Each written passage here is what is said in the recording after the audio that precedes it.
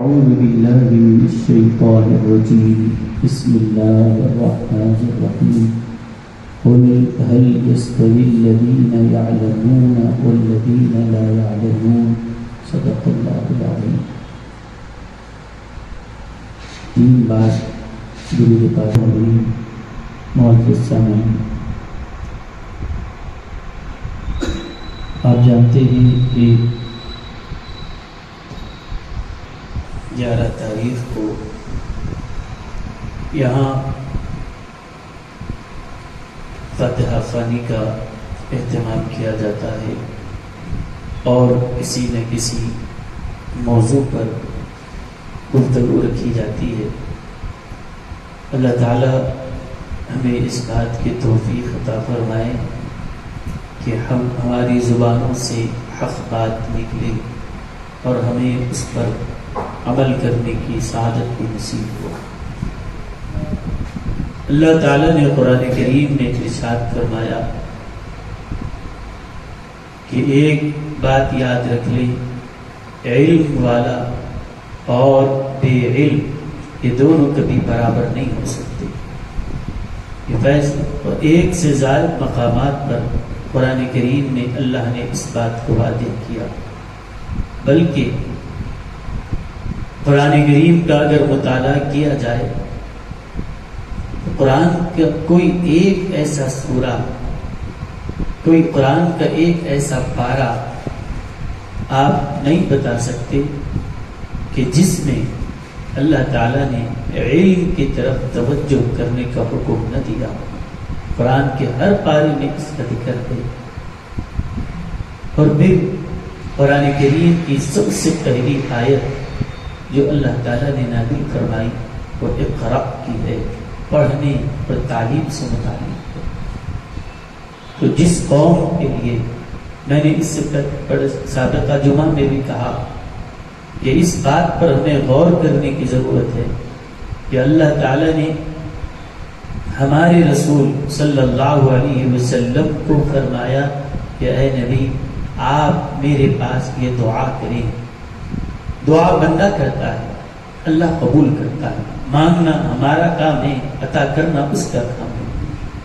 لیکن آپ قرآن کریم میں پڑھیں گے تو ایک بعض دعائیں ایسی ہے کہ اللہ نے خود فرمایا کہ ایسی دعا کی جائے، یہ دعا مانگی جائے.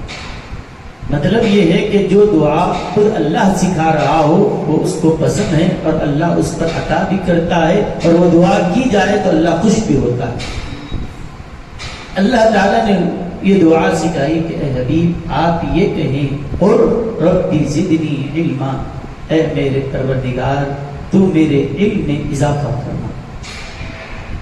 اور یہ دعا اللہ کس سے کروا رہا ہے کہ وہ اس ذات سے، اس ہستی سے اللہ یہ دعا کروا رہا ہے کہ جس کا علم کا حال یہ ہے کہ پوری کائنات کا علم ایک جگہ رکھی دیا جائے اور سارے دنیا کے علماء، سائنسداں، دینی دنیاوی سارے علوم رکھنے والے اکٹھے ہو جائیں اور دوسرے پڑھنے میں اللہ کے حبیب علیہ الصلوۃ والسلام کے علم کی بات رکھی جائے تو پوری دنیا مل کر بھی اس ایک ہستی کے علم کا مقابلہ نہیں کر سکتی. علوم میں آپ کا کوئی شریک نہیں، آپ کا کوئی سہیم نہیں، آپ کا کوئی قسیم نہیں. تو بلا شریک و سہیم و قسیم اللہ نے آپ کو رکھا. نہ آپ کے جیسا کوئی ہے، نہ آپ کے برابر کوئی ہے، نہ آپ سے زیادہ کوئی علم رکھنے والا. اولین و آخرین کے سارا علم اللہ نے دیا کہ جو کچھ ہو چکا وہ بھی اللہ نے عطا فرمایا، جو کچھ ہونے والا ہے وہ بھی اللہ نے آپ کو علم دے دیا. ماضی، حال، مستقبل، پاسٹ، فیوچر، پریزنٹ، کوئی ایسی چیز نہیں ہے جو آپ کی نگاہ نبوت سے چھپی ہوئی ہو. سارا علم اللہ نے آپ کو دیا. بلکہ اتنی باریک باریک باتیں اللہ کے رسول صلی اللہ علیہ وسلم نے بیان فرمائی کہ آپ اس پر غور کریں گے تو پتہ چلے گا کہ کیا علم کی وسعتیں اللہ تعالیٰ نے اپنے حبیب علیہ السلام کو عطا کی ہے.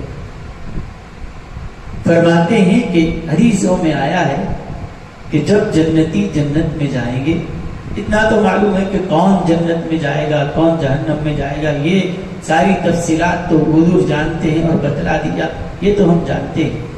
لیکن جنتی جب جنت میں جائیں گے تو ان کا استقبال ہوگا، اور ان کے استقبال کے لیے جو اشعار پڑھے جائیں گے جنت کے حورے ان کا ویلکم کرنے کے لیے ان کے استقبال میں جو اشعار پڑھیں گے وہ اشعار اللہ کے رسول علیہ السلام نے پڑھ کے سنا دیے کہ اس وقت جو اشعار وہ سنائیں گے میں تم کو ابھی بتا رہا ہوں۔ تو یہ ابھی قیامت قائم ہوئی نہیں، ابھی جنتی جنت میں گیا نہیں، لیکن وہاں جانے کے بعد کس کی کیا حالت ہوگی، کیا کیفیت ہوگی، وہ بھی بیان فرمایا۔ اور جو چیز زمانے گزر چکی ہے وہ بھی آپ نے بتایا کہ اللہ کے رسول صلی اللہ علیہ وسلم نے ایک مرتبہ حضرت سیدنا امام حسن اور امام حسین رضی اللہ تعالی عنہما کو دعا پڑھ کے دم کی، دعا پڑھ کے ان کے اوپر پھونکا، دم کی، اور اس کے بعد فرمایا کہ میں نے آج حسن اور حسین کو جو دعا پڑھ کے دم کی ہے یہ وہی دعا ہے کہ جو حضرت سیدنا ابراہیم علیہ السلام نے حضرت اسماعیل اور حضرت اسحاق کو پڑھ کے دم کیا تھا۔ تقریباً 4000 سال پہلے نہ جانے دنیا کے کس علاقے میں، کس کونے میں اور کس گھر کے اندر حضرت ابراہیم علیہ السلام ہزاروں سال پہلے اپنے گھر کے اندر اپنے بچوں کو جو دعا دم کر کے پھونک رہے ہیں، حضور علیہ السلام ہزاروں سال کے بعد تشریف لا کر فرماتے ہیں حضرت ابراہیم نے جو اپنے بچے حضرت اسماعیل اور اسحاق کو جو دعا پڑھ کے پھونکی، میں اپنے بچے حسن اور حسین کو وہی دعا پڑھ کے سکھا رہا ہوں۔ کس نے آپ کو بتایا؟ کس نے بتایا کہ کوئی کتاب تھی کہ جس میں یہ ساری چیزیں لکھی ہے، کہ کوئی الگ سے کوئی اطلاع پہنچانے والا تھا؟ نہیں، آپ کو یہی کہنا پڑے گا۔ ابھی جیسے قاری نے قرآن پڑھا، ابتدا جلسے کا آغاز جس آیت سے ہوا وہ یہ ہے الرحمن علم القرآن، وہ رحمان ہے جس نے یہ قرآن آپ کو سکھاتا ہے۔ تو جب اس نے قرآن سکھایا ہے، تعلیم جب اللہ نے دیا تو کیسا علم دیا؟ جو گزر چکا اس کا بھی علم دیا، جو ہے اس کا بھی علم دیا، اور جو ہونے والا ہے اس کا بھی علم عطا فرمایا۔ اب مجھے بتائیے، جو ماضی کو بھی جانتا ہو، حال کو بھی جانتا ہو، مستقبل کو بھی جانتا ہو، کوئی زمانہ جس کی نگاہ سے چھپا ہوا نہ ہو، سارے علوم کا جو ماہر ہو، ساری علوم جامع ہو، ساری علوم جس کی گود میں ہو، اس نبی کو اللہ فرماتا ہے اتنا علم دیا، کس چیز کی کمی نہیں ہے۔ اب فرمایا جا رہا ہے حبیب علم میں کوئی آپ کی برابری کرنے والا تو ہے نہیں، اتنا علم تو کسی کے پاس ہے نہیں، پھر بھی دعا فرمائیے اے اللہ میرے علم میں اور اضافہ فرما۔ تو کیا وہ نبی جو جن کا علم ساری کائنات پہ بھاری ہے، کیا ان کا امتی یہ کہہ سکتا ہے کہ میں نے بس ایس ایس سی پاس کر لیا، بس میری تعلیم ختم ہو گئی؟ کیا وہ یہ کہہ سکتا ہے کہ میں نے بس 12ویں مکمل کر لی، انٹر ختم اور میری تعلیم کی یہی انتہا ہے؟ یا اور ایک اسٹیج پر پہنچے اور کہہ دے کہ یہ تعلیم کی انتہا ہے؟ نہیں، سارے علوم اولین و آخرین رکھنے کے باوجود دعا کر رہے ہیں کہ اے اللہ میرے علم میں اور اضافہ فرما۔ تو ہم کسی جماعت تک جا کر کہہ سکیں گے بس علم کی یہ انتہا ہے؟ نہیں، یاد رکھیے یہ تو ایک دنیا کا دستور ہے کہ بس آپ نے ایک کورس کی تکمیل کی ہے، علم کی تکمیل نہیں ہوئی۔ اب آپ آگے پڑھیں، انٹر کریں، گریجویٹ کریں اور آگے جائیں جہاں تک جا رہے ہیں، بس آپ کو سرٹیفکیٹ مل گئی تو اس کا یہ مطلب ہوا آپ نے تعلیم کو مکمل نہیں کیا، آپ نے کورس کی تکمیل کی ہے، آپ نے ایک سلیبس کو مکمل کیا ہے، لیکن تعلیم مکمل نہیں ہوئی۔ تعلیم کا سلسلہ تو وہ چلتا رہتا ہے، من المہدی الی اللحد، وہ جھولے سے لے کر ماں کی گود سے لے کر خبر کی گود تک اس کا سلسلہ چلتا رہتا ہے، وہ رکنا نہیں۔ اور وہی آدمی ترقی کر سکتا کہ جو اپنے آپ کو زمانے کے تقاضوں کے لحاظ سے تیار کر کے رکھتا ہے۔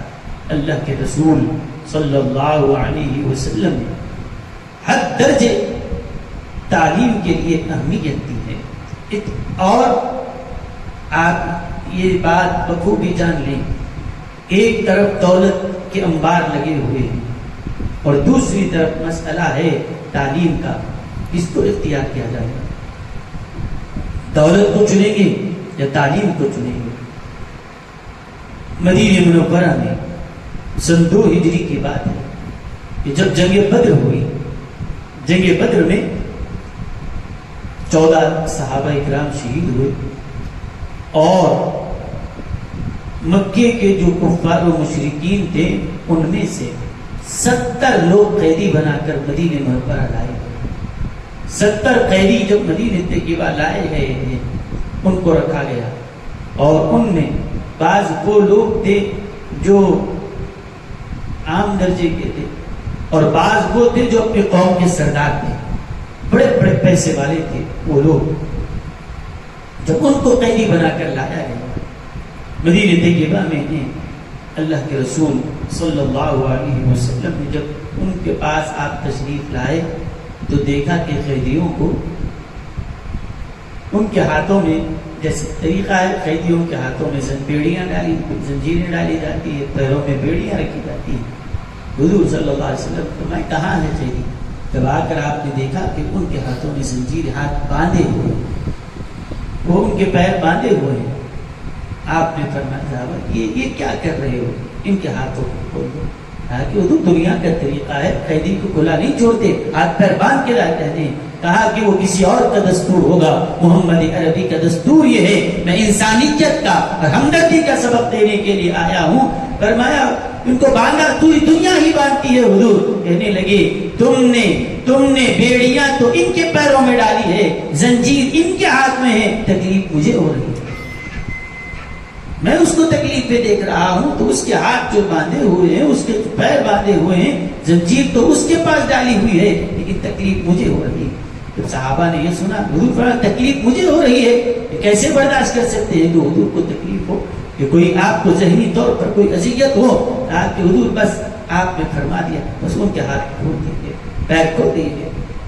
یہ وہ قیدی تھے جو قید میں رہ کر بھی آزاد تھے، نہ ان کے ہاتھ باندھے ہیں نہ پیر باندھے ہوئے۔ کہا کہ اب مدینہ منورہ میں کیا ان کے لیے قید خانہ بنائے؟ اب تک کوئی جیل تو نہیں تھی، اب تک کوئی جیل، یہ پہلی مرتبہ ایسا ہوا کہ مدینہ منورہ میں آنے کے بعد یہ پہلی جنگ ہوئی جو غزوہ بدر کہلائی۔ تو اب ان کا کیا کیا جائے؟ کیا کوئی جیل بنائی جائے، قید خانہ بنایا جائے، اس میں لے جا کر انہیں ڈالیں؟ نبی کریم علیہ الصلوۃ والسلام نے فرمایا ان کے لیے کوئی قید خانہ نہیں بنایا جائے گا، کوئی جیل نہیں بنائی جائے گی۔ کہا پھر حضور ان کو کہاں رکھیں گے؟ کہا کہ صحابہ کو بلایا اور کہا کہ یہ سب کتنے قیدی ہیں؟ 70 لوگ ہیں، تم میں سے ہر کوئی شخص ایک آؤ اور ایک ایک قیدی کو اپنے ساتھ گھر میں لے جاؤ، قید خانے میں مت رکھو، اپنے گھروں میں ساتھ رکھو۔ کہا کہ حضور قیدی کو کیسے لے جائیں؟ کہا کہ اب تک قیدی تھا، آج محمد عربی نے اس کو تمہارا بھائی بنا دیا، آج سے وہ تمہارا بھائی ہے۔ گھر کو لے کر چلے گئے۔ گھر جانے کے بعد وہ اب بالکل حضور نے کیا فرمایا؟ بھائی ہے، اب بھائی کی طرح برتاؤ کرنا، بلکہ ایک شخص جو اس وقت تک کافر تھے، مشرک تھے، ان کو جس صحابی کے ساتھ بھیجا گیا ان کے گھر میں گئے۔ کھانے کا جب وقت آیا تو کھانا نکالے، گھر والوں نے کھانے کے لیے پیش کیا کہ چند کھجور ہیں اور روٹی۔ غربت ایسی ہے کہ کھانے کے لیے اس کچھ میسر نہیں تھا، فاقوں میں ان کی زندگی گزرتی تھی، گھر میں کھانے کے لیے روٹی ہے اور چند کھجور ہے۔ کھلائے کس کو؟ کھانے والے کون ہیں؟ وہ صحابی کھانے والے خود ہیں، ان کی بیوی ہے، ان کے بچے، بیوی بچے ایک طرف ہے، ایک طرف وہ قیدی ہے۔ اب کیا کیا؟ قیدی جب دیکھا کہ یہ ایسا غریب گھر ہے، چند کھجور، وہ بھی سوکھ کے کھجور ہیں اور روٹی ہے، وہ سمجھا روٹی کس کے حصے میں جائے گی؟ یا تو خود کھائے گا آدمی، یعنی پھر یا کیا رہے گا اپنی بیوی بچوں کو کھلائے گا، یہی ہوگا۔ اب یہ سمجھ گئے کہ قید میں اتنی دور سے لایا گیا، اب ایک سکھ کا کھجور کھا کے یہ سونا ہے، یہ سوچ رہا تھا، لیکن اس کے سامنے جب رکھا گیا سوکھے کھجور نہیں تھے، وہ سوکھا کھجور وہ اپنے بچوں کو کھلا کر سلا دیے، وہ شوہر بیوی بھوکے رہے اور قیدی کو انہوں نے روٹی کھلائی۔ اس واقعے کا ایسا اثر ہوا، یعنی قید خانے میں ڈال دیتے تو وہ قیدی کی زندگی تو گزارتا تھا، لیکن اللہ کے رسول علیہ السلام کی یہ حکمت عملی تھی، انہیں پتا نہیں کہ میں کس دین کی دعوت دے رہا ہوں، یہ اسلام کس چیز کا نام ہے، انہیں پتا نہیں۔ آج صحابی کے گھر میں گئے، بس ایک رات ہوئی، صبح ہوئے اور آج صبح ہوئی، کہنے لگے کہ یا رسول اللہ صلی اللہ علیہ وسلم، رات میں ایسا معاملہ ہوا کہ انہوں نے اپنے آپ پر، اپنی بیوی بچوں پر مجھے ترجیح دی ہے اور مجھے روٹی کھلایا، اور وہ کہنے لگے کہ میں اس دین سے دور رہ نہیں سکتا، کلمہ پڑھے اور وہ مشرف کا اسلام۔ کہا کہ یہ قید میں رہوں یا نہ رہوں، بس مجھے اس کفر اور شرک کی قید سے آپ آزاد کروا دیں، کلمہ پڑھے مسلمان۔ اب دیکھا کہ اسلام کیا ہے، اخلاق کیا ہیں، صحابہ کی زندگیاں کیا ہیں، نبی کی دعوت کیا ہے، سمجھ میں آئی۔ اب ان قیدیوں کا کیا جائے؟ حضور علیہ السلام نے مشورہ کیا، تو اس زمانے میں طریقہ یہ تھا کہ جو بھی قیدی ہے، پیسے والا ہے، بڑے بڑے سردار تھے، ان کو چھڑانے کے لیے ان کے گھر والے، ان کے چاہنے والے رشتہ دار آتے تھے، کہا کہ یہ ہمارا آدمی، اس کو چھوڑو۔ اب جیسا وہ آدمی ہو، جتنا بڑا اس کا اسٹیٹس اور اس کی پوزیشن ہے، اس لحاظ سے اس کی قیمت لگتی ہے۔ ایک عام آدمی ہے، بس اس کو پھر 1 لاکھ دیو، چھوڑ دیتے، چھوڑ لیا۔ وہ کوئی اور بڑا سردار ہے، نہیں، اس کے لیے تو اب منہ مانگی قیمت لگے گی، اتنے پیسے دیں گے تو چھوڑ، اتنا سونا لاؤ۔ اب وہ اپنے اس سردار کو چھڑانے کے لیے قبیلے والے، خاندان والے، رشتہ دار جتنا کہا جاتا تھا وہ کہتے تھے، وہ فدیہ ملتا تھا، وہ پیسے لے کر قیدیوں کو چھوڑ دیا جاتا تھا۔ اب یہاں مکے کے جن قیدیوں کو بدر سے گرفتار کر کے لایا تھا، بعض ایسے بڑے مالدار سردار تھے کہ ان کو چھڑانے کے لیے ان کے خاندان والے منہ مانگی رقم دے سکتے۔ مکے کے سردار ہیں وہ لوگ، ان کے خاندان قبیلہ سب ہے، سب مل کے چندہ کر کے جمع کر کے ایک آدمی کو چھڑانے کے لیے ان کا طریقہ تھا، کتنی قیمت لگائیں گے، کیا لیں گے آپ ہمارے سردار کو چھوڑنے کے لیے، منہ مانگی قیمت مل سکتی ہے اور بہت بڑی رقم آنے والی۔ اور حالت کیا ہے یہاں پر؟ کھانے کے لیے ایک لقمے کے لیے محتاج ہے۔ عام وقتوں میں پیسہ سب کو پیارا ہے، لیکن ایسی غربت میں تو جب تو 1 روپے کی قدر ہو جائے۔ اب کیا کیا جائے؟ ہر عقل مند آدمی یہی کہے گا، اتنے فقر و فاقے اور غربت میں یہ اچھا موقع ہے کہ ان سب کی اچھی قیمت، رہائی کی بہت اچھی قیمت لگائی جائے اور وہ ضمانت رہائی کی رقم لے کے ان کو آزاد کر دیا جائے۔ بہت بڑی رقم اس کے ذریعے مل سکتی تھی، لیکن اور پھر رقم کی کیا پیسوں کی ضرورت نہیں تھی؟ پیسوں کی تو پیسے امیر سے امیر آدمی کو بولو پیسوں کی ضرورت ہے، کہاں؟ ہر کوئی یہ کہتا ہے، کون کہے گا کہ مجھے پیسے کی ضرورت نہیں؟ لیکن وہ دور جب کہ کھانے کے لیے ان کے پاس گھر میں سالن نہیں پک رہا ہے، سوکھے کھجور کھا کر وہ اپنے بچوں کی، اپنے گھر والوں کی زندگی وہ گزار رہے ہیں، اس پر اکتفا کر رہے ہیں۔ ایسے وقت میں ایک بہت بڑا اماؤنٹ ان کو قیدیوں کو رہا کرنے کی وجہ سے مل رہا تھا، لیکن حضور صلی اللہ علیہ وسلم نے یہ بھی دیکھا کہ بہت بڑی دولت تو اس کے بدلے میں آ سکتی ہے، بہت اچھا موقع ہے یہ آسانی سے کما لینے کا، پیسے جمع کرنے کا، اور پیسے لے کے تقسیم کر دیے جائیں، گھر میں چولہا جلے گا، اناج آئے گا، یہ سب ہو سکتا ہے۔ لیکن پیغمبر اسلام نے جو فیصلہ کیا ہے وہ ہمارے لیے درس ہے، سبق ہے، وہ ایک عبرت ہے۔ نبی کریم صلی اللہ علیہ وسلم نے فرمایا ہم ان سے فدیہ نہیں لیں گے، یہ کیا ہوگا؟ پھر کیسے رہائی ہوگی؟ فرمایا ان میں جو لوگ پڑھے لکھے ہیں، مسلمانوں کے 10 بچے ان کے حوالے کریں گے ایک قیدی کے، بس وہ ہمارے 10 بچوں کو تعلیم دے، یہی تعلیم دینے کے بدلے میں ہم اس کو آزاد کر دیں۔ وہاں پیسہ بھی لیا جا سکتا تھا، رہائی کی بہت بڑی رقم آ رہی تھی۔ کہا کہ جو لوگ پڑھے لکھے ہیں وہ لوگ کیا کریں، تعلیم کی سکھائیں ان کو، اور جو کوئی ہنر جانتا ہو وہ ہنر ان کو سکھائے، جو تعلیم یافتہ ہے وہ ہمارے بچوں کو پڑھائے۔ اس واقعے سے جہاں پر یہ سمجھ میں بات آئی کہ تعلیم کی نگاہ نبوت میں کتنی اہمیت ہے کہ ایک طرف دولت وہ بھی بہت کثیر رقم اور دوسری طرف تعلیم. کس تعلیم سے کسی کا پیٹ بھرنے والا نہیں. تعلیم وہاں پیسہ آئے گا تو چولہا جلے گا, غذا آئے گی, اناج آئے گی, لیکن یہ تعلیم سے تو کوئی یہ گھر کے فخر و پاکا جانے والا نہیں ہے. یہ دولت کچھ کام میں آ سکتی ہے, ظاہری طور پر یہی سمجھا جاتا ہے, لیکن اللہ کے رسول علیہ السلام نے یہ نظریہ دیا اس دولت سے زیادہ اہمیت علم کی دولت کی ہے. یہ آئے گی تو چند دن تک تمہیں راحت پہنچائے گی, لیکن علم کی دولت آئے گی ہمیشہ تمہاری زندگیوں میں خوشحال رہو گے, کیونکہ ہنر کی دنیا میں قدر کی جاتی ہے. علم ہے تو اس کی قدر ہے, بے علم بے ہنر کی کوئی قدر نہیں ہے. تو میرے بزرگوں اور دوستوں, اور ساتھ ہی دوسری چیز یہ سمجھ میں آئی, حضور علیہ السلام نے جو ان کو فرمایا تم پڑھاؤ, کون ہے پڑھانے والے؟ بولو کون ہے پڑھانے والے؟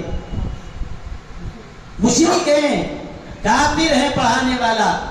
تو کیا اسلام نے یہ کہا کہ بھئی کافر ہے تو کافر سے آپ علم حاصل نہیں کر سکتے, مشرک ہے اس سے علم حاصل نہیں کر سکتے؟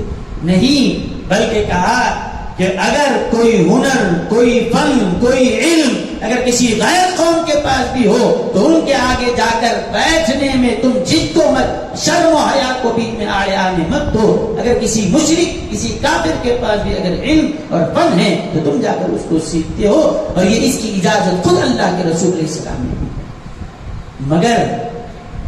مگر آج کے جیسے ہماری تربیت کر ہمارے جیسے لوگوں کے لیے بات الگ ہے کہ اگر ہم بھی ویسے ہی پورے ایسے ماحول میں اپنی اولاد کو ڈھکل دیں گے, ان کو لے جا کر صبح اٹھتے ہی سوریہ نمسکار ان کو کروایا جا رہا ہے, ان کے لیے وہ گیتا کے اشلوک ان سے پڑھائے جا رہے ہیں, ان کے نہ جانے کیا کیا غلط چیزیں ان سے کروائی جا رہی ہے. اگر ہمارے جیسے لوگ اپنی اولاد کو ان کے حوالے کر دیں تو پھر وہ کیا سے کیا ہو جائیں گے, ان کے ایمان کے لالے پڑ جائیں گے, ان کے عقیدے برباد ہوں گے. لیکن اجازت ہے, لیکن پہلے اپنے اولاد کو ایسا مضبوط بناؤ جیسے صحابہ نے بنایا تھا. انہوں نے گھر میں ایسا پکا اور ان کو سچا مسلمان بنایا, ایسے عقیدوں کو مضبوط کر دیا. وہ کسی کافر کے پاس جائیں یا مشرک کے پاس جائیں, کسی یہودی کے پاس جائے کہ نصرانی کے پاس, وہ سب کچھ اپنی کوششیں کر کے بھی ان کے ایمان میں کوئی فرق نہیں لا سکتا, کیونکہ ان کے گھر والوں نے ان کے عقیدے کو ایسا مضبوط بنایا ہے کہ کوئی چیز ان کو اس راستے سے ہٹا نہیں سکتی. ہاں, پکا پہلے بچے کو مسلمان بناؤ, صحیح تربیت کرو, صحیح تعلیم, اس کے بعد جائے وہ جا کر کہیں بھی پڑھے, ان کو یہ کوئی چیز نقصان دہ نہیں ہوتی. لیکن آج ہمارا حال یہ ہے کہ میں ایک مہاراشٹر کے ایک علاقے میں گیا, ابھی سب مہاراشٹر سے آئے, مہاراشٹر کے ایک علاقے میں تقریر کے لیے گیا. وہ بول رہے ہیں صاحب میں بے فکری کی میری زندگی ہے. کیا بات ہے؟ کہا کہ بس گھر والے ہیں, ساری چیزوں کو دیکھ لیتے ہیں. مجھے تو اسکول سے ایک انویٹیشن آیا کہ آپ کی بچی SSC میں پاس ہو گئی, لہذا آپ تشریف لائیے, اسکول میں کچھ تہنیت ہے. اس وقت پتا چلا کہ میری بچی 10th پڑھ رہی ہے. یہ حال ہے اس باپ کا کہ یہ ایسے باپ پہ بچے سے پوچھے آپ کا بچہ کس کلاس میں پڑھتا ہے, بچے سے بیٹے کون سی کلاس میں آپ پڑھ رہے ہیں, 4th میں یا 5th میں؟ یعنی باپ کو خود نہیں معلوم کہ بیٹا کس کلاس, بس مہینہ ہو گیا, فیس تو وہ ادا کر رہا ہے, مہینہ ہو گیا, پیسے تو برابر بھر رہا ہے, بس کیا یہی ذمہ داری ہے کہ تاریخ پہ تاریخ جب آئے تو پیسے ادا کر دیں؟ نہیں, صرف ایک استاد اور ایک اسکول کے کاندھے پر ذمہ داری ڈالنے سے بچے کی ترقی یہ ممکن نہیں. ہاں ایک آدھ ہوتا ہے جو نکل جائیں, ان کے اندر نکھار اگر پیدا کرنا ہو تو جتنا رول وہ استاد ادا کرتا ہے اتنا ہی حصہ ان کے ماں باپ کو بھی ادا کرنا ہو. بس کم از کم اتنا تو ہو کہ وہ کون سی کتابیں لے جا رہا ہے, کس میں ہوم ورک کیا, کس میں نہیں کیا, کم از کم اس درجے تک تو اس کی نگرانی ہونی چاہیے. ورنہ کیا اٹھا کے لے رہا ہے, کیا لا رہا ہے, کیا لے جا رہا ہے, اس کو خود پتا نہیں. میں یہ بالکل یہ بات عام ہے. کتنے باپ والدین سے پوچھے آپ کے بچے کی, بلکہ آپ ایسے ہیں دواخانے میں جائیے, آپ ڈاکٹر صاحب پوچھے بچے کو لائے کہ کیا عمر ہے بچے کی, بیٹے کیا عمر ہے اس سے پوچھتے، یا پھر اماں سے پوچھے جائے کہ بچوں کی کیا عمر ہے. کیا یہ ذمہ دار باپ کی علامت ہے کہ بچہ کس کلاس میں پڑھ رہا ہے آپ کو نہیں معلوم، اور پھر وہاں جا کر کیا پڑھ رہا ہے، کس کے حوالے ہوا، کیا سیکھا، کتنا آباد ہوا، کتنا برباد ہوا، اس کا جائزہ کون ہوگا؟ تو میرے بزرگوں اور دوستوں، تو یہ اللہ کے رسول صلی اللہ علیہ وسلم نے اس بات کی اجازت دی کہ اگر کسی قوم کے پاس علم ہے، ہنر ہے، تو ان سے لے لینے، پیچھے مت ہٹو. جہاں کہیں تم کو علم ہنر مل رہا ہے، اگرچہ کہ وہ غیر کے پاس بھی کیوں نہ ہو، تم کو میں نہیں روکتا کہ تم وہاں پہ نہ جاؤ، بلکہ میری اجازت ہے کہ تم جاؤ اور ان سے حاصل کرو، چاہے تم سے وہ عمر میں بڑا ہو یا چھوٹا ہو. علم حاصل کرنے میں کوئی حیا، کوئی اس کے اندر جھجک نہیں ہونی چاہیے، وہی آدمی ترقی کر سکتا ہے. میرے بزرگوں اور دوستوں، تو آپ نے سمجھ لیا کہ اسلام کے اندر تعلیم کے لیے کس درجے اہمیت ہے. اور تیسری چیز حدیث شریف، اس میں آپ نے کیا چیز سمجھ لی؟ ایک تو دولت کے مقابل میں کس چیز کو چنا ہے. ایک بہت بڑے ماہر تعلیمات ہیں، انہوں نے کہا کہ اگر لوگ جو اپنے بچوں کو پڑھاتے ہیں، کہاں تک پڑھائے؟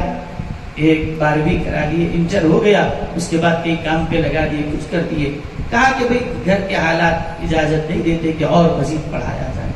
تو وہ شخص یہ کہتا ہے کہ اگر انٹر ہونے کے بعد ایک اور 4 سال کم سے کم اس کو لگایا جائے تاکہ اس کے لیے تعلیم جاری رکھی جائے، تو 4 سال دینا اس باپ کے اوپر بڑا مشقت تو ہوگی کہ 1 سال، اب تک اتنے سال لگے اور 4 سال لگائے. لیکن ان کا یہ کہنا ہے یہ 4 سال آپ اس کو دے دو، آئندہ زندگی کے 40 سال وہ سکون سے گزار سکتا ہے. یہاں ایک 4 سال دو آپ. اور اللہ کے رسول علیہ الصلوۃ والسلام نے جب ان مسلمان بچوں کو کس کے حوالے کیا؟ ان مشرکوں کے، ان کافروں کے. وہ کیا پڑھا رہے تھے؟ کیا وہ قرآن سکھاتے تھے؟ کیا وہ حدیث سکھاتے تھے؟ اور وہ تو دین کا دشمن ہے، وہ کیا دین سکھائے گا؟ وہ تو اسلام کا کٹر مخالف ہے، اسلام کو مٹانے کے لیے وہ تو جنگ لڑنے کے لیے آیا. تو اس کے دل میں اسلام کی دشمنی کتنی ہے تو واضح ہے. لیکن اس سے سیکھا تو کیا سیکھا؟ کیا سیکھنے کے لیے آئے؟ ہاں، جو فن وہ جانتے تھے، وہ دینی علم نہیں تھا، وہ دنیاوی علم تھا. تو یہ نہیں ہے کہ اسلام یہ کہے کہ آپ بس دینی علم حاصل کرتے جائیں، دنیاوی علم میں پیچھے رہیں. نہیں، جس قدر آپ دینی علم میں آگے بڑھیں یہ بھی ثواب کا ذریعہ ہے، دنیاوی علوم میں بھی آگے بڑھیں یہ بھی ثواب کا ذریعہ ہے. خود اللہ کے رسول علیہ الصلوۃ والسلام نے اس چیز کو دیکھا بھی ہے، پڑھا بھی ہے، سمجھا بھی ہے، اور اپنی امت کو اس بات کی تعلیم بھی دی کہ دنیا جو چیز کر رہی ہے ہم اس میں پیچھے نہیں رہتے. مدینہ منورہ میں ایک مرتبہ اچانک دشمن حملہ کرنے کے لیے آ گئے، حملہ آور ہوئے. آپ نے صحابہ کو بلایا، صحابہ سے پوچھا کہ دیکھو دشمن اچانک ہم پر حملہ کرنے والا ہے، کیا کیا جائے، کیسے بچاؤ کیا جائے؟ شہر میں رہیں یا شہر سے باہر نکلیں اور جا کر کسی میدان میں جا کر جنگ کی جائے، یا پھر اندر رہ کر اندر کیا کیا جائے بتاؤ. تو مشورہ دے، کیونکہ عرب میں جو طریقے تھے وہ تو یہ کہ یا تو آبادیوں میں قلعوں کے اندر بند ہو کر مقابلہ کرتے تھے، آبادیوں میں رہ کر، یا پھر باہر نکل کر کھلے میدانوں میں وہ جنگ کیا کرتے تھے. یہ 2 طریقے ان کے پاس تھے. ایک صحابی حضرت سیدنا سلمان فارسی رضی اللہ تعالیٰ عنہ وہ مشورہ دیے کہ حضور ایسی حالت اگر ہمارے ملک میں، وہ ایران کے رہنے والے تھے، فارس کے رہنے والے، عرب کا طریقہ جنگ الگ تھا، ان کا الگ تھا. کہا کہ حضور اگر ایسی صورتحال ہمارے پاس پیدا ہو جائے کہ دشمن آ کر حملہ کرتا ہے تو کم وقت میں اپنے بچاؤ کے لیے ہم یہ کرتے ہیں کہ اپنے شہر کے پورے اطراف میں، شہر کے اطراف میں ہم بڑی خندق کھود دیتے ہیں، بڑا گڑھا کھود دیتے ہیں، خندق کی کھدوائی کر دیتے ہیں. خندق کھود کے اس کے اندر سوکھی لکڑیاں ڈال دیتے ہیں. اگر دشمن اگر اس کو پار کرنا بھی چاہے اس وقت اس میں آگ لگا دی جائے تو دشمن چاہ کر بھی اندر نہیں آ سکتا. اب باہر کب تک رہے گا دشمن؟ جتنا اس کے پاس اناج غلہ ہے جب تک کھائے پیے گا، جب اناج غلہ ختم تو پھر خود بخود وہ مجبور ہو کر واپس چلا جائے گا. اب اپنے جان کو بچانے کے لیے ایسی حالت میں ہمارے ملک والوں کا طریقہ یہ ہے کہ خندق کھودی جائے اور اپنے پورے شہر کو محفوظ کر لیا جائے۔ اب دیکھیے کہ خندق کیسی کھودی جائے، وقت کم ہے اور کھودنا ہے، اور کوئی مزدوروں کو پیسے دے کر کام کروانے کی ویسی حالت تو نہیں ہے، غربت کا زمانہ ہے۔ تو اللہ کے رسول علیہ الصلوۃ والسلام خود وہ ہتھوڑا اور وہ اوزار لے کر خود آپ میدان میں تشریف لے کر آئے۔ صحابہ کہنے لگے حضور آپ نہیں، آپ اس لیے نہ کریں، ہم یہ کرتے ہیں کہ نہیں میں بھی برابر تشریف ہوتا ہوں۔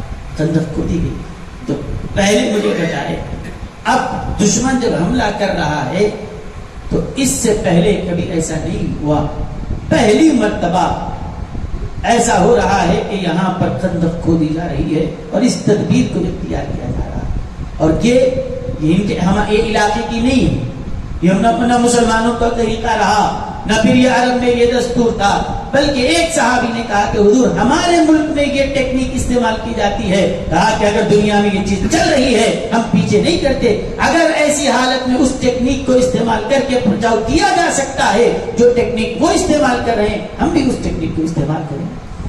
چنانچہ اب یہ دور اندیشی دیکھیں کہ اگر کھدوائی پر سارے لوگوں کو لگا دیا جائے تو پھر سارے شہر، سارے مدینے کے اطراف کب تک کھودیں گے، کتنا وقت لگے گا۔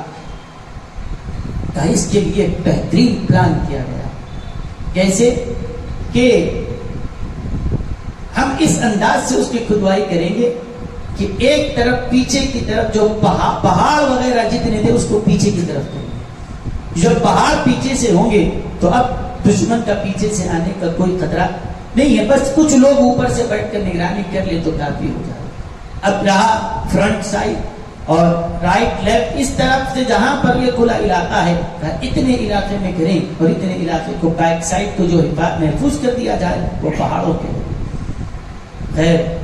اور یہ ایسی ہماری طرح کی وہاں کی نرم زمین نہیں، پتھریلی زمین ہے۔ خندق کھودی گئی مدینہ منورہ کے اطراف سے، وہ کھودی جا رہی ہے خندق۔ نبی کریم صلی اللہ علیہ وسلم خود اندر اترے، خندق کھود رہے ہیں، اچانک ایک بڑی چٹان نکل کر آئی۔ اب وہ کیسے حالت کھودتے وقت یہ ہے کھانے کے لیے کچھ نہیں ان کو مل رہا ہے۔ آپ تو سنتے ہیں نا کہ وہ بھوک کی وجہ سے صحابہ پیٹ پہ پتھر باندھے، یہ وہی واقعہ ہے جب خندق کھودی جا رہی ہے۔ حضور صلی اللہ علیہ وسلم بھی پیٹ پر پتھر باندھے ہوئے خندق کھود رہے ہیں، اچانک ایک پتھر، ایک بڑی چٹان اس کے اندر نمودار ہوئی۔ کیسے پھوڑے اس کو؟ آج کی طرح سے کوئی ایسے نہیں ہے کہ بلڈوزر لگایا جائے کہ مشنریز کے ذریعے پہاڑوں کو پھوڑ دیا جائے، بڑی چٹان ہے، وہ لے کر مار بھی رہے ہیں تو پلٹ کر واپس آ رہا، وہ ٹوٹنے کے لیے تیار نہیں، مضبوط چٹان نکل کر آئی۔ حضور صلی اللہ علیہ وسلم تشریف لائے، آپ نے فرمایا لاؤ میں اس کو دیکھتا ہوں۔ تھوڑا ہاتھ میں لیا آپ نے، اس پر ایک ماری، اللہ اکبر آپ نے فرمایا۔ اس کے بعد بشارتیں دی، تمہارے لیے خوشخبری ہو تمہارے لیے کہ تمہارے لیے اللہ تعالیٰ فنا فنا فنا ملک کو تمہارے لیے فتح فرما دے گا۔ یعنی اب حالت یہ ہے کہ مدینہ منورہ پر بات آ رہی ہے، کہا کہ یہ مسئلہ تو حل ہوگا ہی ہوگا۔ آج تم جس مشقت کے ساتھ، جس دین کے لیے تم مر مٹ رہے ہو، جو پتھر پیٹ پر باندھ کر جس دین کے لیے تم قربانی دے رہے ہو، تمہاری قربانی رائے گا نہیں جائے گی۔ ایک وقت آئے گا مدینہ ہی نہیں ایران بھی تمہارے سے اثر رہے گا، روم بھی رہے گا، فلاں فلاں ملک کے نام لے کر فرمایا۔ اس وقت جو سپر پاور مملکتیں کہی جا رہی ہے، تمہاری قربانیوں کو اللہ رائے گا نہیں کرے گا، اللہ تعالیٰ یہ سارے ممالک کو فتح اور تمہارے زیر اثر رہیں گے۔ دوسری جانب پھر مارا، پھر ایک دوسری بشارت دی، پھر مارا، پھر تیسری، بس 3 مار میں وہ سارا پاش ہو گیا۔ یہ معجزہ تھا، بس ریزا ہو کر رہ گیا۔ حضور صلی اللہ علیہ وسلم پہ یہ معجزہ ظاہر ہوا۔ اب بس میں آپ کو اتنی بات کر رہا ہوں کہ نہ اس میں پہلے سے صحابہ کو کوئی تجربہ ہے کہ یہ کیسے کھدوائی اس کی جائے، کیسے اس کی ناکہ بندی ہو، کیسے کس پوائنٹ پر یہاں پر لوگوں کو کھڑا کیا جائے، کچھ نہیں تھا، بلکہ صرف حضرت سلمان فارسی سے سنا کہ یہ انداز بچاؤ کا اختیار کیا جاتا ہے ان کے ملک میں، اور کم وقت میں یہ سب سے سیف طریقہ ہے کہ اپنے آپ کو محفوظ کر لیا جائے۔ حضور صلی اللہ علیہ وسلم یہ دوسروں کی ٹیکنیک ہم نہیں لیں گے، یہ دوسروں کا پلان ہے، ہم اس پہ عمل نہیں کریں گے. نہیں، اگر دنیا کسی چیز کو اختیار کر رہی ہے، بہتر ہے، تو ہم کسی سے پیچھے نہیں ہٹتے، ہم بھی اسی چیز کو لیں گے اور آگے بڑھیں گے. تو یہ حسیرت طیبہ کو اگر ہم پڑھتے ہیں، نبی کریم علیہ السلام کی حیات طیبہ کو دیکھتے ہیں، تو پتہ چلتا ہے صرف دینی علم نہیں، دنیاوی علوم میں بھی آپ نے اپنے صحابہ کو کبھی پیچھے نہیں رکھا، اپنے ماننے والوں کو پیچھے نہیں رکھا. آپ دیکھیے ایک عجیب انداز تھا مسجد نبوی کا، ایک عجیب انداز تھا مسجد نبوی کا کہ اس مسجد میں حضور صلی اللہ علیہ وسلم کے پاس خط آیا. کس کے پاس سے؟ باہر کے ممالک کے بادشاہان ہیں، ان کا خط آ رہا ہے. وہ ملک والا اپنی زبان میں لکھا. تو خط جب پہنچا، کیا حضور نے کبھی یہ لکھ کر بھیجایا ہم عربی جاننے والے ہیں، ہمارے پاس جب خط بھیجے تو صرف عربی میں بھیجیں، دوسری زبان میں نہ بھیجیں؟ کہیں آپ کو نہیں ملتا یہ صرف. بلکہ نبی کریم صلی اللہ علیہ وسلم نے باضابطہ بڑے بڑے جتنے ممالک تھے ان ملکوں کے بادشاہوں کو آپ نے خط لکھے اور اسلام کی دعوت دی. بعض بادشاہ تھے اس خط کو دیکھ کر مسلمان ہوئے. ایک بادشاہ تھا، حضور کے خط کو دیکھا، بس آنکھوں سے چوما، کہا کہ اس نبی کو تو نہیں دیکھا، بغیر دیکھے کہتا ہوں کہ یہ اللہ کے سچے رسول ہیں، ایمان نہ دیا. ایک بادشاہ کے پاس وہ خط گیا، بڑا غصے میں آیا، پھاڑ دیا. حضور کی زبان مبارک سے نکلا، جیسے اس نے خط کو پھاڑا اللہ اس کو پھاڑ دیا. ہوا بھی ویسے، چر چر کر کٹ کٹ کر وہ مرا، اس کی حالت بھی ویسے ہوئی. تو غرض کے آپ نے الگ الگ بادشاہ، یہ ملک کا بادشاہ ہے اس کی زبان الگ، وہ ملک والا ہے اس کی زبان الگ، وہ ملک والا ہے اس کی زبان الگ. ہر زبان والے کے پاس آپ نے جو خط لکھا، کیسے لکھا؟ بس ہم کو تو بس عربی آتی، اپنی زبان میں بھیجیں گے، دوسری زبان میں نہیں بھیجیں گے. نہیں، وہ جس زبان کو سمجھنے والے تھے، لکھنے والے، کوئی جاننے والے نہیں. صحابہ کو فرمایا تم جاؤ، تم یہ سریانی زبان سیکھو، تم عبرانی سیکھو، تم فارسی سیکھو، تم فلاں سیکھو. ایک ایک زبان کا ایک ایک ماہر وہ مسجد نبوی شریف میں موجود ہوتے. یہاں کچھ بھیجنا ہو تو ان کے ذریعے لکھوایا، وہاں کچھ بھیجنا ہو تو ان کے ذریعے حتیٰ کہ حضرت ڈاکٹر حمید اللہ رحمت اللہ علیہ نے لکھا ہے کہ جو فرانس میں بہت بڑے اسکالر رہے ہیں، حیدرآباد کے ہیں وہ، اور وہ فرماتے ہیں کہ اس زمانے میں اللہ کے رسول صلی اللہ علیہ وسلم نے جو خطوط بادشاہوں کو لکھے، پھر بھی فارسی میں لکھے یا قدیم زبانوں میں جو لکھے وہ تو لکھے. اس زمانے میں مدینہ منورہ سے آپ نے چائنا کے بادشاہ کو خط لکھ کر بھیجایا. چائنا کے بادشاہ کو جو خط لکھا تھا، تو کیا چائنا کا بادشاہ کیا عربی جاننے والا تھا؟ وہ جس زبان کا جاننے والا تھا. کہا کہ ہم کو اسلام کی دعوت دینے کے لیے آگے آنا ہے، تو یہ نہیں کہیں کہ تو پہلے عربی سیکھ اس کے بعد میں تجھے دعوت دیتا ہوں. نہیں، تو جس زبان کا جاننے والا ہے اسی زبان میں ہم اسلام کی دعوت تجھے پہنچائیں. اور آج اگر کہا جائے کہ فلاں زبان سیکھو، نہیں، وہ زبان سیکھے تو کیا نوکری ملتی؟ وہ زبان سیکھیں گے تو کیا اس کی مارکیٹ ہے؟ ٹھیک ہے، آپ کو مارکیٹ جس چیز کی آپ وہ سیکھیں، لیکن اس کے علاوہ بھی اور بھی چیزیں تو ہے کہ جس کے ذریعے ترقی کی جا سکتی ہے، اسلام کی تبلیغ کی جا سکتی ہے، اسلام کی دعوت لوگوں کو پہنچائی جا سکتی ہے. حضور صلی اللہ علیہ وسلم نے کہا بھائی ہماری قرآن کی زبان عربی ہے، عربی کے علاوہ کوئی نہیں سیکھنا، بس ختم. یہ فرمایا نہیں، ان کو سکھایا. صحابہ وہ حضور کی دعا لے کے جاتے تھے، بس 30 دن 15 دن کے اندر جا کر پوری زبان سیکھ کے آ جاتے تھے. ماہر بن کے آئے زبانوں کے، 3 زبانوں کے ماہر بن کے آئے. تو ہر زبان کا مترجم رہتا تھا. آج دنیا کو ترقی کر لی نا. آج بھی آپ جائیے کسی بھی محکمے میں، کسی گورنمنٹ آفس میں جائیے، آپ درخواست لکھ کے جاؤ اردو میں، وہ قبول کرنے کے لیے تیار نہیں. آپ لے جاؤ کسی اور زبان میں، وہ قبول کرنے کے لیے تیار نہیں. فرانس زبان میں آپ لکھ کے لے جائیے، وہ لینے کے لیے تیار نہیں. حالانکہ ایک عالمی زبان ہے، انٹرنیشنل زبان ہے، نہیں لے گا، تاکہ یہ جاننے والا نہیں ہے. آج بھی اس ترقی یافتہ دنیا میں بڑے بڑے آفیسز کے اندر اگر چائنا کی زبان میں آپ لکھ کر لے جائیں کہ آپ کی درخواست منظور نہیں ہوگی، کہ انگلش میں لکھ کے ہندی میں لکھ کے اس کو بڑھا دیا جائے گا.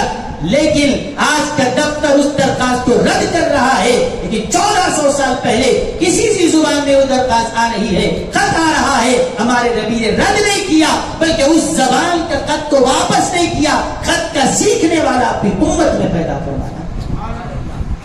تو کیا مسلمان یہ کہے گا بھائی ہم انگلش نہیں سیکھیں گے؟ نہیں، اگر کوئی کہہ رہا ہے تو وہ غلط ہے، اس نے اسلام کو سمجھا ہی نہیں، نبی کے معراج کو سمجھا ہے، سیرت کو وہ پڑھا ہے۔ آپ سیکھیے دیگر زبانوں کو، جس کی مارکیٹ ہے، جس میں ترقی دنیا کر رہی ہے اس کو کیجیے۔ آج دنیا انگلش زبان میں ترقی کر رہی ہے، ہو سکتا ہے آئندہ چل کے کوئی اور زبان اس کی جگہ لے لے، ضروری نہیں ہے کہ ہر زمانے میں انگلش ہی چلتی رہے، آئندہ ایک 40-50 سال کے بعد اس انگلش کی جگہ کوئی اور زبان لے سکتا ہے۔ آج سے 50 سال پہلے انگلش نہیں چلتی تھی، یہ فارسی کا راج تھا، یہ فارسی راج کرتی تھی، بادشاہوں کی زبان سے نوٹ اس میں چھپتے تھے، آج چلے گئے، کوئی جاننے والا نہیں۔ اب انگلش کا چل رہا ہے، ہو سکتا ہے ایک 50-60 سال کے بعد کوئی اور زبان آ جائے، لیکن جو چیز چل رہی ہے، زمانے کی جو عصری علوم ہیں، اس کو حاصل کرنے کی اللہ کے رسول صلی اللہ علیہ وسلم نے ہمیں بھرپور توجہ دلائی۔ بلکہ یہ تو مسئلہ ہو گیا مرد حضرات کا، اب رہی بات عورتوں کی۔ میں جمعہ میں کچھ باتیں کیا تھا آپ سے، اس کے آگے کی بات کرتا ہوں۔ میں نے حضرت ام المؤمنین حضرت عائشہ صدیقہ رضی اللہ تعالی عنہا کے بارے میں آپ سے کہا تھا، سنیے، نبی کریم علیہ الصلوۃ والسلام کی وہ اہلیہ حضور صلی اللہ علیہ وسلم کے حرم پاک میں وہ موجود ہیں، لیکن حضرت عائشہ صدیقہ رضی اللہ تعالی عنہا کا حال یہ تھا کہ بڑے بڑے صحابہ جب کوئی مسئلہ ان کو سمجھ میں نہ آتا تو حضرت عائشہ سے رجوع کرتے، یعنی دنیا ان صحابہ سے پوچھا کرتی تھی، وہ صحابہ کو دقت ہوتی تو حضرت عائشہ کے پاس آتے اور کہتے جو ان سے پوچھا جائے جواب ملتا ہے۔ کیا کبھی انہوں نے حضرت عائشہ سے لا اعلم یا لا ادری کا لفظ سنا؟ کہ کبھی نہیں سنا، جو پوچھتے ہیں ہم بتاتے ہاں میں نے حضور کو ایسے فرماتے سنا، قرآن میں یہ آیا ہے، قرآن میں یہ آیا ہے، حدیث میں یہ آیا ہے، دیتے تھے، بیان فرماتے تھے۔ اور ہم تک جو حدیثیں پہنچی ہیں، حدیثیں تو لاکھوں کی تعداد میں تھی، لیکن زمانہ جیسا گزرتا جا رہا ہے، ہم تک جو حدیثیں پہنچی ہیں ان حدیثوں میں سے تقریباً 2210 ایسی حدیثیں ہیں جو صرف حضرت عائشہ صدیقہ رضی اللہ عنہا سے اس امت کو نصیب ہوئی، اور صرف بخاری اور مسلم کے اندر جو بخاری اور مسلم کی متفق علیہ روایات ہیں، 174 ایسی حدیثیں ہیں جو حضرت عائشہ رضی اللہ عنہا سے آئی اور بخاری اور مسلم کی متفق علیہ وہ روایات ہیں۔ تو بخاری اور مسلم میں یہ روایتیں صرف حضرت ایک صحابیہ سے، حضور علیہ الصلوۃ والسلام کی اس ایک زوجہ سے آئی۔ پھر یہ تو حدیثیں وہ بیان کر رہی ہے، وہ قرآن کی مفسرہ بھی ہیں، وہ حدیث کی محدثہ بھی ہیں، وہ ایک ادیبہ بھی ہیں، وہ ایک شاعرہ بھی ہیں۔ اس کے ساتھ ساتھ حضرت عائشہ رضی اللہ عنہا اپنے وقت میں بہترین ایک ڈاکٹر بھی تھی، وہ حکیم بھی تھی، وہ حکمت بھی جانتی تھی، علاج بھی کیا کرتی تھی، اور ایسے نہیں تھے کہ بس گھر کی عورت کا یہ مطلب ہے کہ بس ہنڈی برتن کے حد تک اس کو رکھا جائے، دنیا کے فنون اور تعلیم سے اس کو آسرا نہ کیا جائے، نہیں، بلکہ جنگوں میں جب صحابہ نکلتے تو ان کے ساتھ قافلے میں عورتیں بھی جایا کرتی تھی۔ آپ بولیں گے جنگ میں عورت کا کیا کام؟ ہاں یہ کام ہوتا، جنگوں میں مجاہدین جتنے زخمی ہوتے ان کی مرہم پٹی وہی عورتیں کیا کرتی تھی۔ وہ اگر نہیں جانتی علاج کرنا تو کیسے ہو سکتا؟ ان کی مرہم پٹی وہ کیا کرتی تھی، زخمیوں کو پانی پلانا، ان کی مرہم پٹی کرنا ان عورتوں کا کام تھا۔ فرسٹ ایڈ کون دیتا تھا ان مجاہدین کو؟ مرد آ کر ان کو اگر فرسٹ ایڈ دیں گے تو پھر وہاں پر مورچہ کون سنبھالے گا؟ وہ اگر گر رہے ہیں، کٹ رہے ہیں، وہ عورتیں آتی اور ان کا علاج کرتی، ان کو مرہم پٹی کیا کرتی۔ پھر حجاب میں ہی ہے، یہ ساری چیزیں حجاب کے اندر رہ کر کی جا رہی ہیں۔ حضرت عائشہ رضی اللہ تعالی عنہ کا حال یہ ہے کہ آپ کے نواسے ہیں حضرت قاسم بن محمد بن ابو بکر رضی اللہ عنہ، حضرت ابو بکر رضی اللہ عنہ کے پتر ہیں، حضرت امام قاسم بن محمد بن ابو بکر رضی اللہ عنہ، یہ ہیں حضرت عائشہ رضی اللہ عنہ کے شاگرد ہیں۔ صرف ایک قاسم کی بات نہیں کر رہا ہوں میں، صحابہ میں 100 سے زائد صحابہ، تابعین میں صحابیات ایسی ہیں 100 سے زائد ایسے نام ہم کو ملتے ہیں جو حضرت عائشہ کے شاگرد ہوئے، ان کو محدث بنایا ہے، ان کو جو علم دیا ہے. ایک عورت ہے 100 سے زائد صحابہ کی اور تابعین کی وہ استاد رہ چکی ہیں.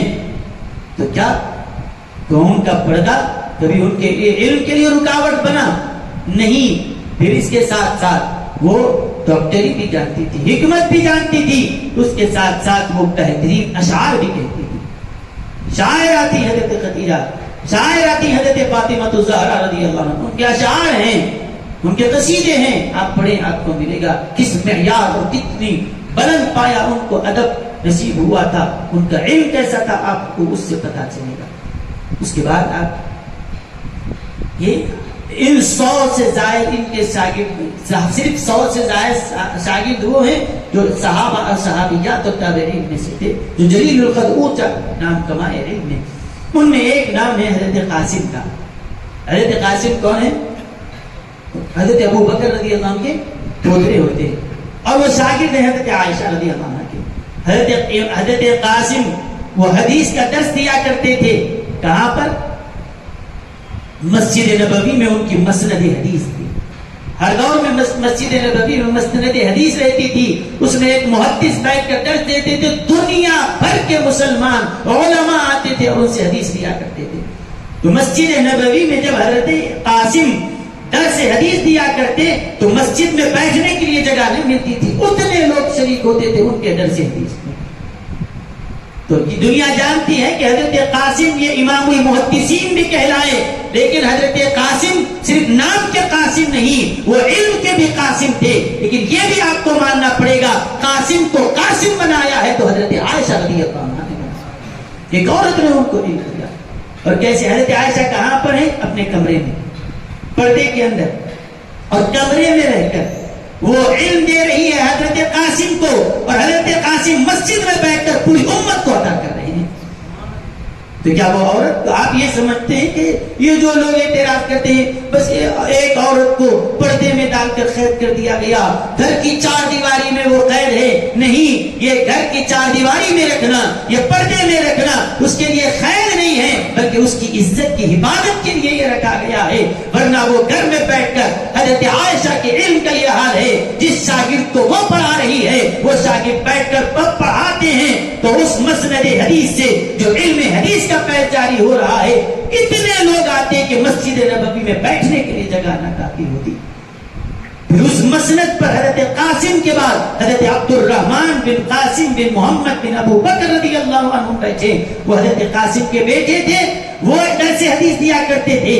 پھر اس مسند کا کوئی وارث بنا، اس مسند حدیث پر آ کر کوئی متمکن ہوا تو امام دار الہجرہ حضرت سیدنا امام مالک رضی اللہ عنہ اس مسند حدیث پر آئے. تو امام مالک پوری دنیا میں معتبر مانے جاتے ہیں، ان کے فالوورز ساری دنیا میں پھیلے ہوئے ہیں. حضرت امام مالک کو جو اس مسند نے اعتبار بخشا ہے وہ مسند وہ ہے کہ جس کو حضرت عائشہ رضی اللہ عنہا نے سوارا ہے. ایک عورت نے اس کو وقار عطا کیا ہے جو حضرت قاسم رضی اللہ تعالیٰ عنہ کو جو علم دیا حضرت عبد الرحمن کو ملا. حضرت عبد الرحمن کے بعد اس مسند پر بیٹھنے والے امام مالک ہیں. 4 اماموں میں ایک امام ہیں جو اس مسند پر آئے اور مسجد نبوی میں بیٹھ کر وہ حدیث کا درس دیا کرتے تھے. ان سبوں کو فیض دے رہی ہے ایک خاتون حضرت عائشہ کے ایک شاگرد ہیں حضرت قاسم. ایسے سب کو شاگرد انہوں نے پیدا کر دیا. کیا کبھی ان کا پردہ ان کے لیے رکاوٹ بنا؟ وہ بھی تو ایک بیوی تھی، وہ بھی تو ایک گھریلو خاتون تھی. ان کی ازدواجی زندگی کبھی ان کی تعلیم میں حرج نہیں بنی، کبھی ان کے لیے رکاوٹ نہیں بنی. پردے کے ساتھ شرعی حدود کی رعایت کرتے ہوئے وہ آگے بڑھی. تو میرے بزرگوں اور دوستوں، بس میں آپ سے اخیر بات یہی بات کرتا ہوں کہ اسلام کبھی آپ کے لیے رکاوٹ نہیں ڈالا، کبھی اس میں آپ کے لیے کوئی ممانعت نہیں ہے کہ آپ کسی میدان میں پیچھے رہیں.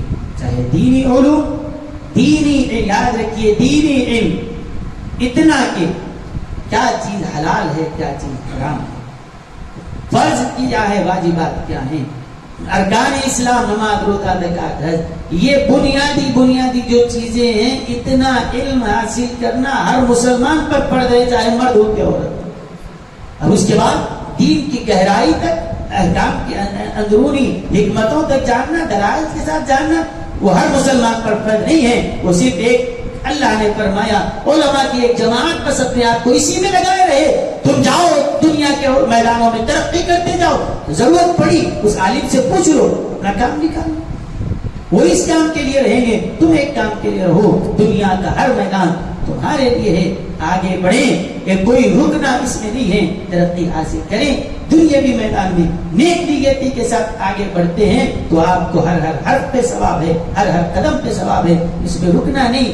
جو چیز آ رہی ہے وقت کے لحاظ سے نوجوان اپنے آپ کو اپڈیٹ کریں، مارکیٹ میں جس چیز کی ویلیو ہے، جس کی مانگ ہے، اپنے آپ کو ویسا بنائیں۔ آپ یہ چھوڑ دیجیے کہ ہم کو نوکری نہیں ملتی، ہم کو پلا نہیں ملتی۔ اگر آپ کے پاس ٹیلنٹ ہے، نوکری چل کے آپ کے گھر پہ آئے، بس ہم کو وہ اپنے اندر وہ قابلیت لیاقت پیدا کرنا نہیں۔ بس سوتے پڑے رہیں گے اور غفلت میں رہیں گے تو اس قابل کی اللہ بھی مدد نہیں کرتا، یہ جیسا ہے پڑھتا رہے ویسے ہی رہے۔